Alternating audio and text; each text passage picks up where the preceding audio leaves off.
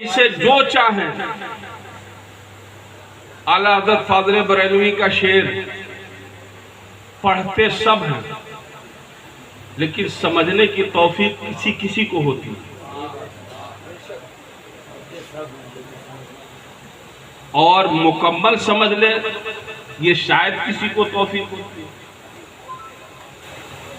जैसे एक मशहूर ज़माना कसीदा नूर का शेर, तेरी नस्ल पाक में है बच्चा बच्चा नूर का, तेरी नस्ल पाक में है बच्चा बच्चा नूर का। बड़ा अफसोस आता है, नाम नहीं लूंगा, आज भी वो बाहयात है, सुल्तानुल असातिज़ा कहा जाता है।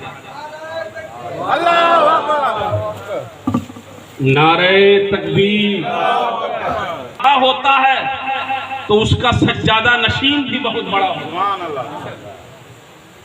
सरकारे सैयदना पाक, आपको सिर्फ एक बात बता दूं कि हिंदुस्तान में सादात की खानकाह बहुत सारी है, लेकिन पूरे बर्रे सगीर में सैयदुल हिंद का खिताब किसी और का नहीं है, वो सरकार सैयदना पाक का।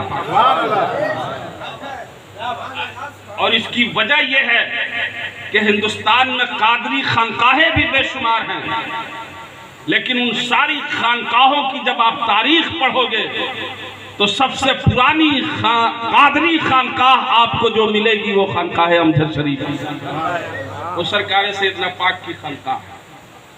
और उसी खानकाह के एक बोलते हुए फैजान का नाम सरकार नसर मिल्लत है, और उसी फैजान को आगे के लिए जारी करने के लिए हुजूर सरकार हुजूर मिल्लत ने, हुजूर नसर मिल्लत के सज्जादा नशीन और शहजादे हजरत अल्लामा डॉक्टर पी शाह सैयद अबू नजर कादरी मद्दजिल्लहुन नूरानी को फख्रे मिल्लत का खिताब ये किसी मौलवी या किसी आम आदमी का दिया हुआ नहीं है, बल्कि ये उस खानदान के शहजादे और वारिस का दिया हुआ है कि उस खानदान का बेटा अगर किसी को कह दे कि तू गौस है तो वो गौस हो जाता है,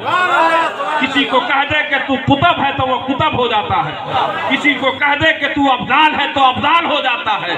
इसलिए कि अब्दालियत हो, गौसियत हो, कुतुबियत हो, नहनियत हो, मज़ूबियत हो, सालकियत हो, मारिफत की दौलत हो या रूहानियत की दौलत हो, ये सारी दौलतें किसी दरसगाह की असासा नहीं है, बल्कि वो सब के सब इसी खानकाहे तरीक़त है।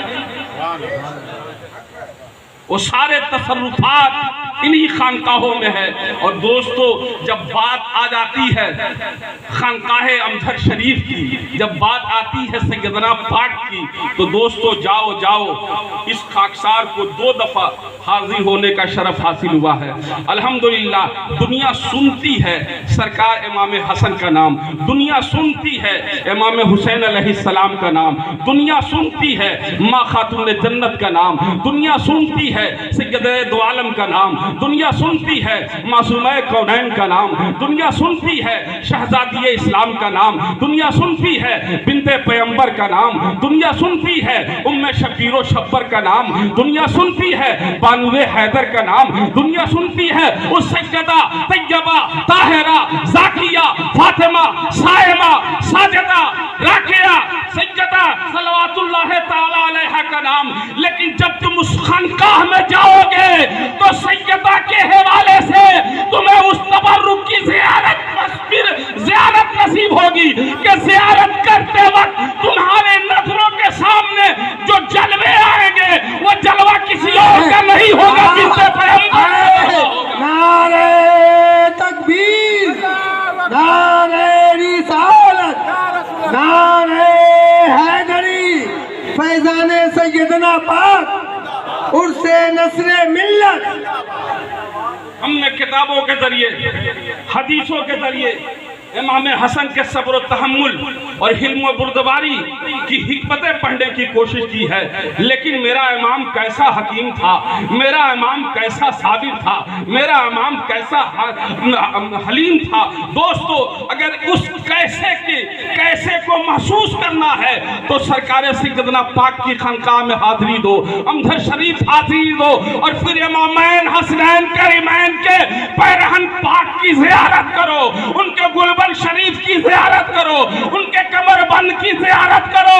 तुम्हें मालूम होगा, महसूस होगा कि जब इमामैन के गुलबन जब 1400 बरस के बाद भी इस कदर तासीर से पुरतासीर है और रूहानियत से लबरेज है, तो फिर ज़ाते हसनैन का आलम क्या होगा।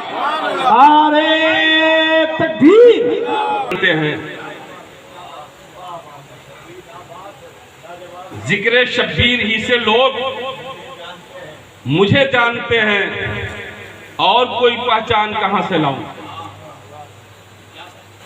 शेर पढ़ा था आला हज़रत का, तेरी नस्ल पाक में है, और अफसोस का इजहार किया था कि एक बहुत बड़ा मौलवी जो अपने उम्र के आखिरी हिस्से में है, आज से 20 साल पहले इस शेर को न समझने की सनद दे रहा था। जब चर्चे चले थे तेरी नस्ल पाक में है बच्चा बच्चा नूर का, सुन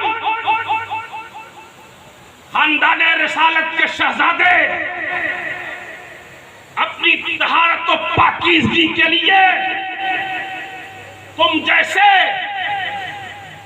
बद्दे बातिन फिक्र की जुबान और ताईद के मोहताज नहीं होते, बल्कि ये नबी के बेटे हैं।